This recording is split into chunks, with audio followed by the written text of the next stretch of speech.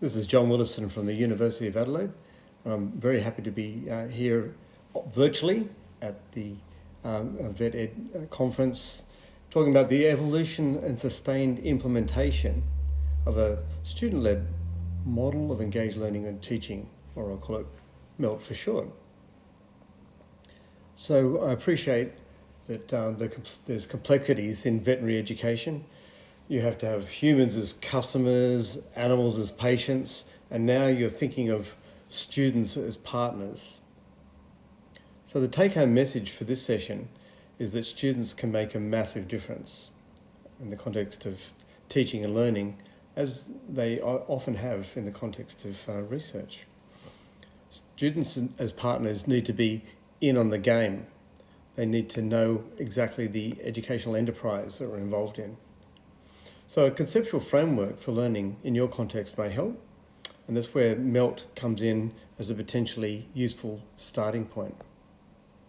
So the nature of students' academic partnerships is that it be respectful, mutually beneficial learning partnerships where students and staff work together on all aspects of educational endeavours. So the student as partner process, according to Matthews, is there's no particular step-by-step instructions or a cookbook recipe for partnership, which is enacted based on creativity of the people involved who translate the ethos of students as partners into practice. And so all students as partners projects will look different. So there are some overarching principles that they be inclusive and so representative of the students, for example. There'd be a power-sharing relationship where we, as academics and teachers, we don't have all the control, but give over some to students. Accept partnerships as a process with uncertain outcomes. So we're not sure exactly where we're going in this case, because there's the student ownership of a lot of the process. So we'd be engaging in ethical partnerships where there isn't overt behaviours, obviously like bullying, but also there's due acknowledgement and a whole load of ethical issues. And that these partnerships would be for transformation, and not just for the students to learn, but us to be part of the learning enterprise too. So there are various models, and you might not know there's a dedicated journal, the International Journal for Students as Partners, and one book that I know well is Shaping Higher Education with Students, Ways to Connect Research and Teaching, primarily from the University College London. And then the International Veterinary Students Association has managed to establish the beginning of student involvement in veterinary education worldwide, increase awareness of student perspectives in education, and promote the role of students as partners in education. So implementation examples include co-design of grading criteria and assessment, peer teaching, co-development of educational resources, peer reviewers, learning and teaching consultants to staff and to student-led projects as the course unfolds. And an example, students develop their own multiple choice exam questions to be used in veterinary exams. Now, according to Cook, Sather and colleagues, the contribution of students as partners can be particularly along the lines of curricular or pedagogical conceptualisation, and that's going to be a big part of what we're thinking of today. Decision making, implementation, investigation, and analysis. And I'm going to take each of those components and use it to structure the rest of this talk. So there'll be the first part, pedagogical conceptualisation. You'll see what that meant. Then the second part, decision making and implementation. And then finally, investigation and analysis. So the pedagogical conceptualisation, which led to the other things.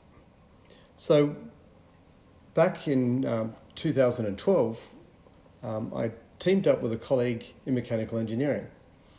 And so the context for all this is mechanical engineering tutors of a very large first-year course that had a problem. It was called graphics design and communication, but the engineering students, most of them were 18-year-olds, a lot of boys, some girls, but were not that interested in learning how to communicate. They could talk, they could write. They didn't see communication as a central part of engineering, which it turns out it is. And you could think of similarities in veterinary science in terms of the power and importance of communication.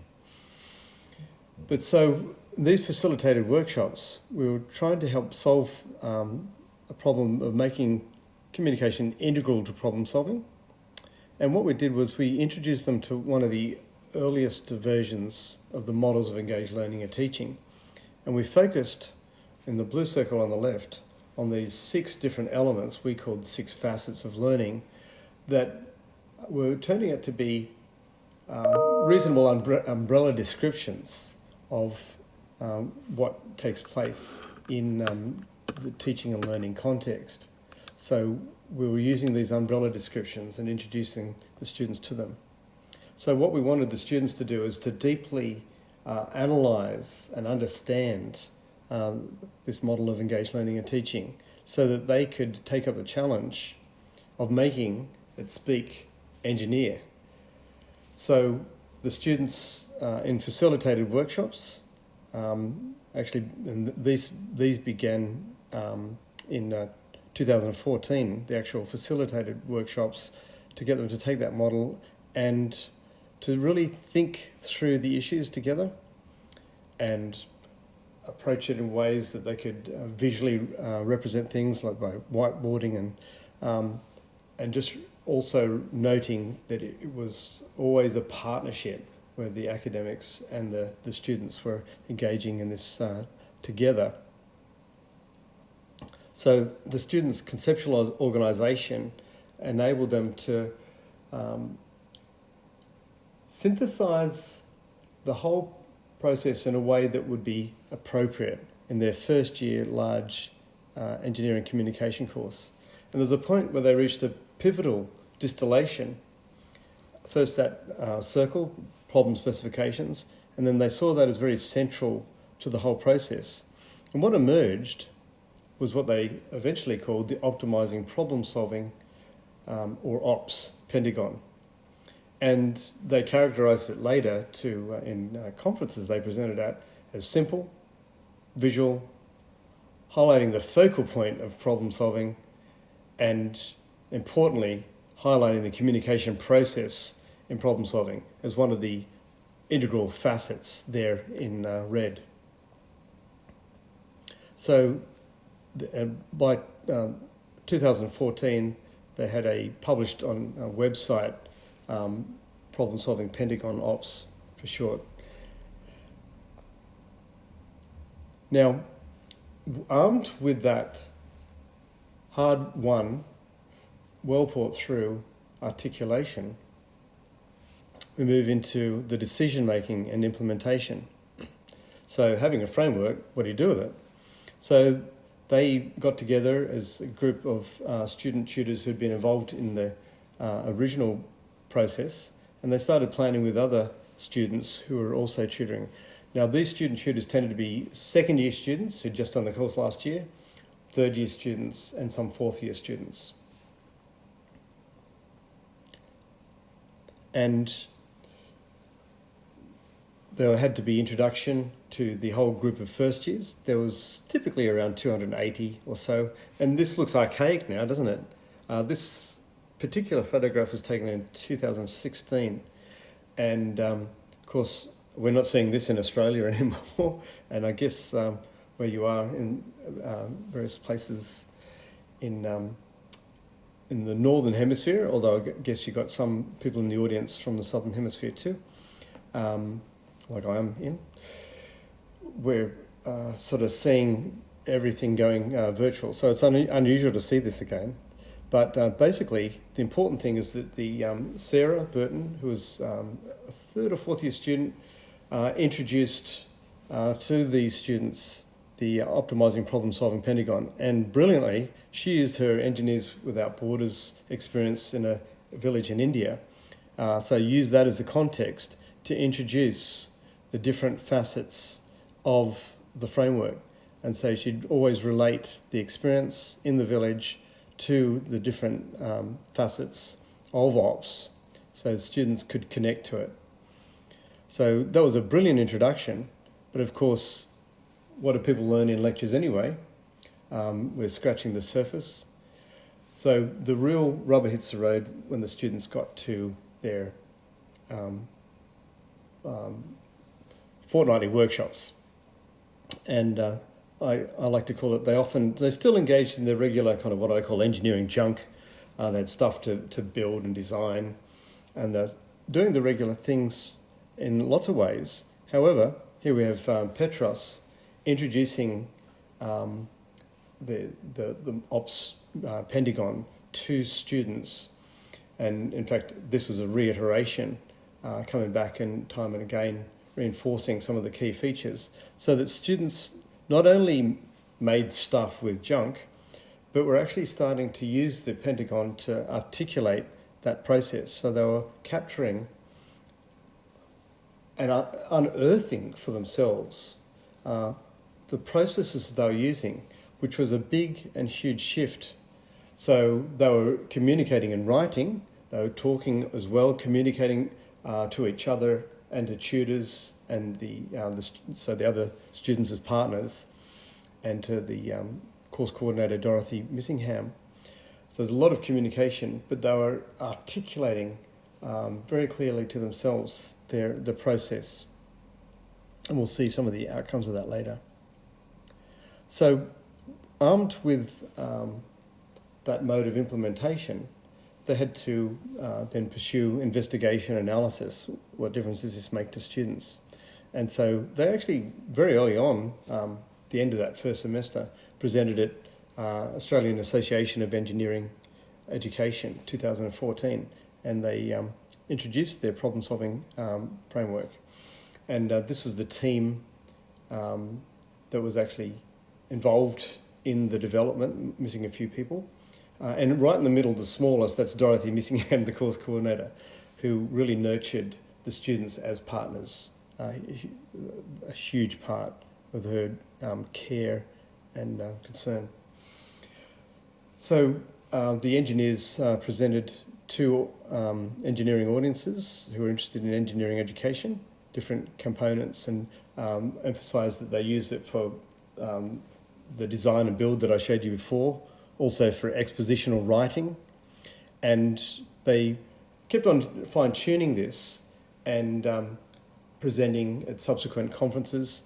You've got 4 of the 5 authors in this were all students involved in this process, and this wasn't an intentional part of the plan of students as partners, but this emerged as they conceptualised and owned what came to be the Ops Pentagon, and they introduced this to other student tutors and other students in first year.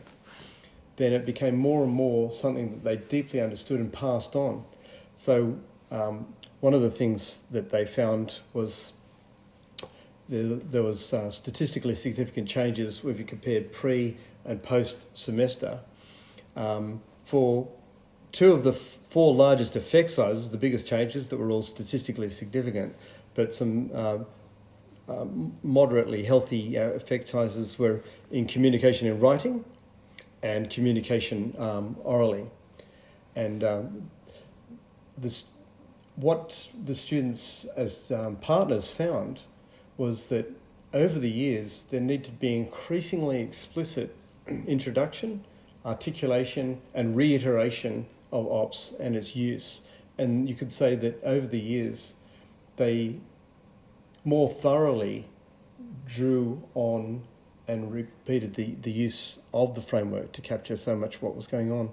So over the time the process has evolved, and this looks similar, but there's actually some nice subtle and important changes to the framework by the time of, this is 2019.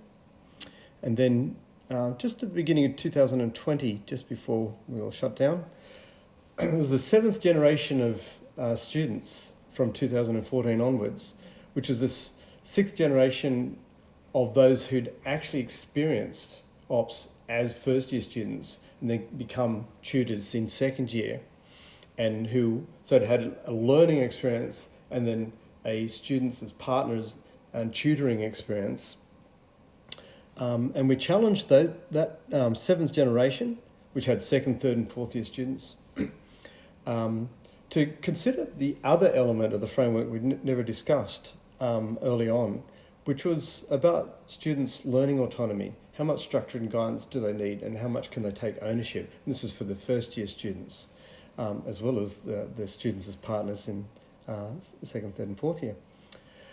So they rose to that challenge, and we had a facilitated workshop, and actually what emerged was looking really wonderful. They were kind of re-articulating things in ways that really made sense.